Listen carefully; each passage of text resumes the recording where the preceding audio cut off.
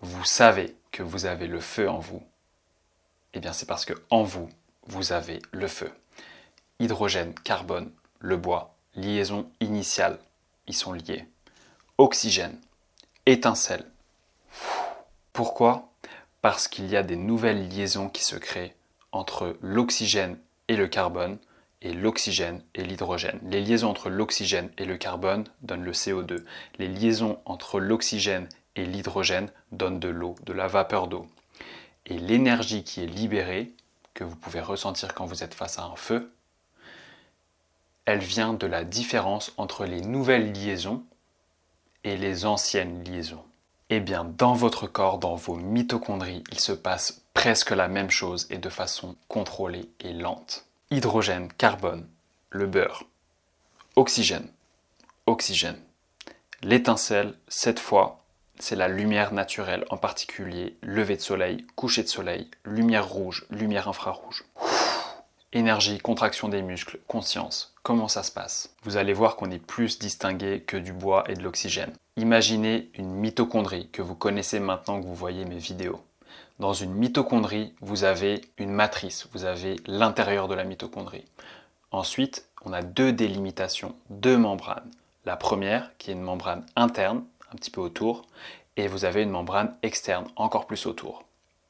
Parlons juste de la membrane interne, c'est elle qui est hyper importante. C'est elle qui nous permet de construire notre énergie.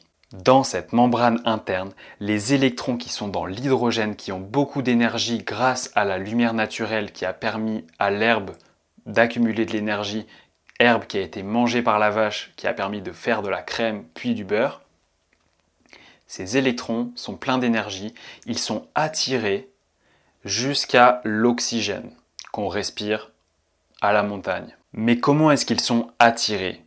Ils sont attirés activement, transportés par des protéines. Ces protéines absorbent littéralement la lumière du lever et du coucher de soleil et absorbent la lumière naturelle, même en journée.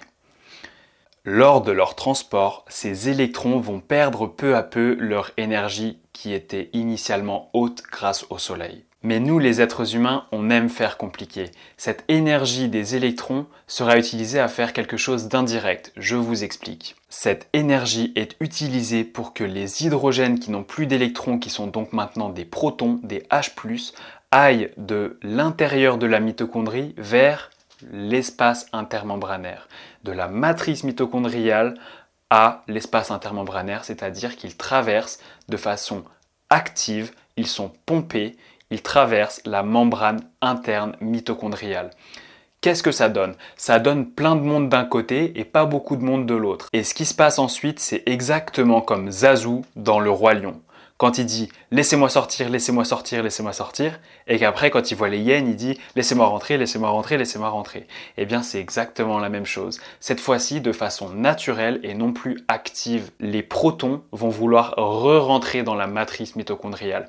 Mais là, à ce moment-là, il y a quelqu'un qui les attend. Ce quelqu'un qui les attend à la porte pour les laisser passer dans la matrice de la mitochondrie, ça s'appelle l'ATP synthase. C'est une protéine qui va littéralement charger nos batteries, charger vos batteries.